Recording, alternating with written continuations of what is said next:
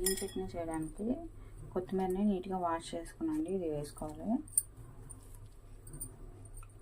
ఇంకా 2 పచ్చిమిరపకాయలు అండి వేసుకోవాలి.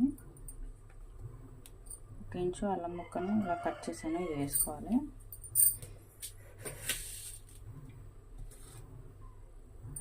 కొంచెం పంచదార వేసుకోవాలండి, మనకు గ్రీన్ కలర్ పోకుండా ఉంటుంది, అందుకోసం కొంచెం చక్కెర వేసుకోవాలి.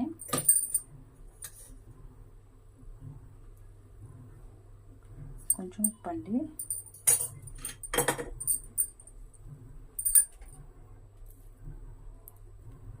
నిమ్మరసం పిండుకోవాలండి. గ్రీన్ చట్నీ రెడీ అయిపోయింది. కొన్ని కట్ చేసుకున్న పచ్చిమిరపకాయ ముక్కలు, పచ్చిమిరపకాయలు కాయనండి, కొంచెం జీలకర్ర వేసుకోవాలి.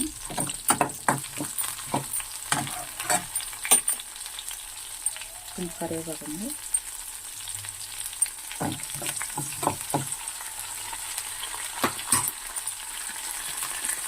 కొంచెం పసుపు,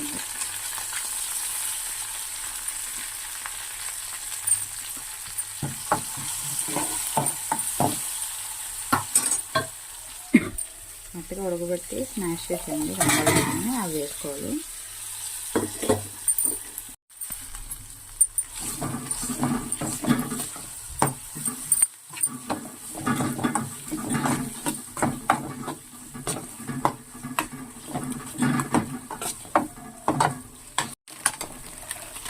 లాస్ట్లో కొంచెం ధనియాల పొడి వేసుకోవాలండి.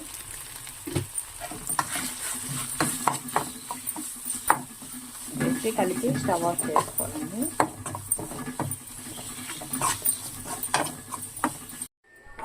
శాండ్విచ్ చేయడానికి బటర్ని కొంచెం మెల్ట్ చేసుకోవాలండి ఇలాగా. ఇప్పుడు ఇది బ్రెడ్ మీద వేసుకున్నాము.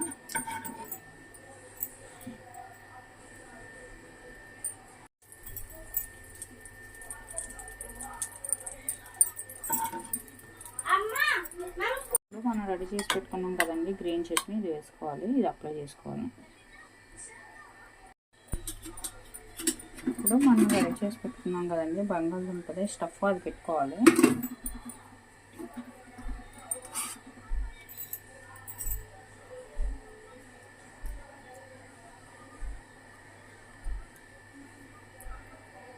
ఇది అప్లై చేసాం కదా, ఇప్పుడు ఆనియన్స్ ముక్కలు పెట్టుకోవాలండి. టమాటా ముక్కలు,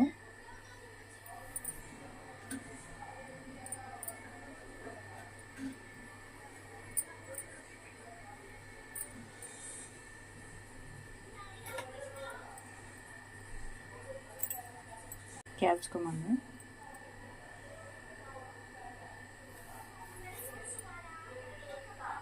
ఇప్పుడు వేరే బ్రెడ్కి టమాటా కెచప్ అప్లై చేసుకోవాలండి. ఇవ్వండి, ఈ బ్రెడ్ స్లైస్ని దీని మీద పెట్టేసి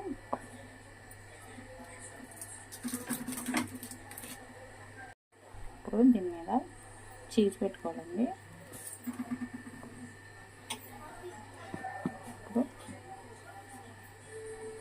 ఇప్పుడు బటర్ వేసుకొని కొంచెం బటర్ వేసుకున్నాండి.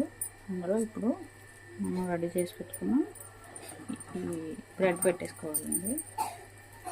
ఒక సైడ్ ఫ్రై అయిందండి, ఇంకో వైపు తిప్పాను. ఇప్పుడు ఇటు కూడా కాల్చుకోవాలి బాగా.